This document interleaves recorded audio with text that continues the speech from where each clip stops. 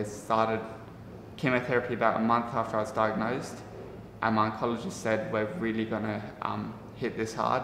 You're young, you're strong, and we're sort of going to give you everything you could possibly take. And the first 2 cycles I handled really well when I was being very positive. And then the 3rd cycle of chemotherapy, they doubled my dose from the previous one, and just completely knocked me down. And I just had to go to hospital one day because I was just in bed. I just couldn't get out of bed.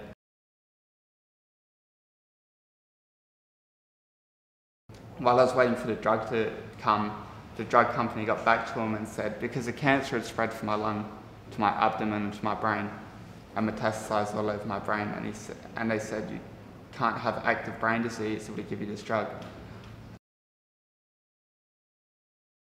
The way he was talking, it sounded like they're really going to do this soon. And I said, when are you planning on doing this? Oh, we've got a bed for you tonight. We're doing it 9 o'clock tomorrow morning. And I was sort of like, okay, I was just at home about an hour ago and now I'm going for brain surgery tomorrow. There should be 20 to 30 mils of fluid around your heart in the pericardial sac, and I had over a litre drained out. Immediately, I just started to feel better.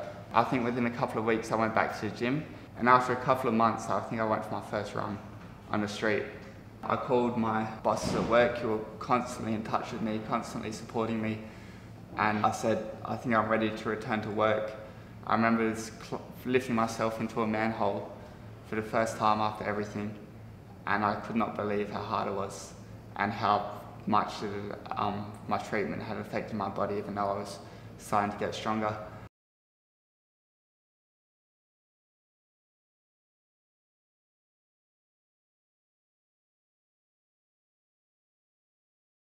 You have to do a lot of research outside what you're told by your oncologist, because although they're absolutely fantastic, although they do everything they possibly can to help you, they have got so many patients and they can't spend all day, all of their time focusing on one patient.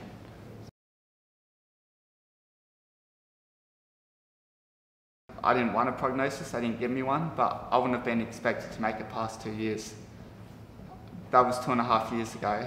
I'm now in my 2nd year of university, fit, healthy, everything's under control. I put so much of it down to my lifestyle, and because of that, that's why I chose to study naturopathy, and I see it as such a big part of my life that the way I eat, I think every time you eat or drink, you're either feeding disease or fighting it.